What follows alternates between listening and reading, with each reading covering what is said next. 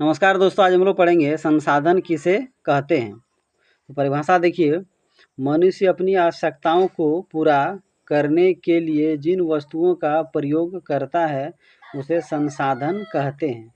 यानी मनुष्य अपनी ज़रूरत को, अपनी आवश्यकताओं को पूरा करने के लिए जिन भी वस्तुओं का प्रयोग करता है वैसे वस्तुओं को संसाधन कहते हैं।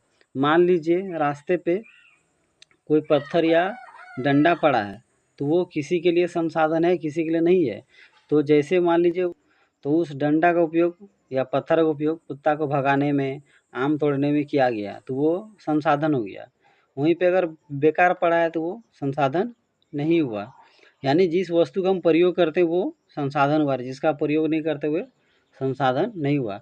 मान लीजिए कलम, तो कलम जो लिखता है, जो पढ़ता लिखता है उसके लिए वो कलम संसाधन हो गया, और जो नहीं पढ़ता है, अनपढ़ है, वो उसके लिए संसाधन नहीं हुआ, वो यानी वो उसके लिए बेकार की चीज़ है। आगे देखिए, संसाधन को दो भाग में बांटा गया, प्राकृतिक संसाधन और मानवीय संसाधन।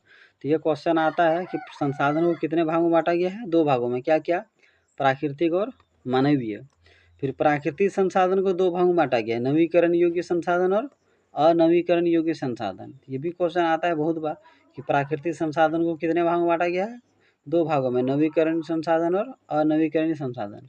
फिर मानवीय संसाधन, तो मानवीय संसाधन को भी दो भागों में बांटा गया है, संरचनाएं एवं संस्था और मात्रा एवं गुणवत्ता। तो ये उतना इम्पोर्टेंट नहीं है। उसके आगे देखिए, नवीकरण संसाधन को भी दो भागों में बांट दिया, सतत या प्रवाह, और दूसरा है जैव।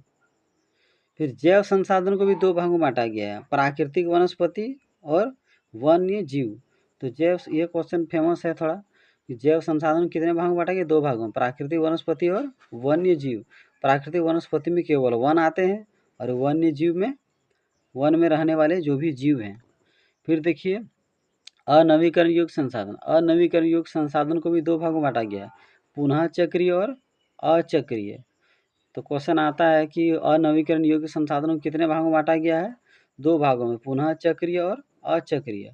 पुनः चक्रीय में इसका बार बार उपयोग कर सकते हैं, जैसे धातु, सोना, चांदी, इसका हम लोग बहुत बार उपयोग कर सकते हैं। अचक्रीय जिसका हम लोग दोबारा उपयोग, यानी उसका पूरा पुनः चक्रण नहीं कर सकते, जैसे जीवाश्म ईंधन, कोयला, पेट्रोल, डीजल, ये एक बार उपयोग करने के बाद क्या हो जाता है? खत्म हो जाता है।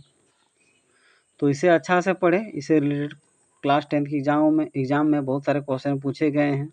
अगर मेरा वीडियो अच्छा लगता हो तो मेरे यूट्यूब चैनल को ज़रूर सब्सक्राइब कर लीजिए।